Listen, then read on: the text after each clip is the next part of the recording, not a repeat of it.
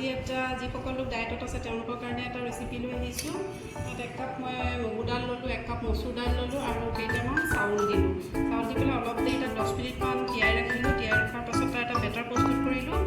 Better প্ৰস্তুত কৰি তাত অলপ নিমখ দিব পাৰে।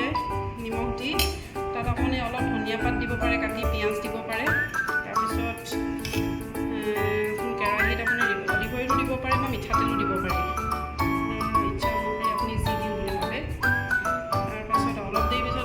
মই কেনেকৈ চিলাটো তৈয়াৰ কৰি দিলোঁ।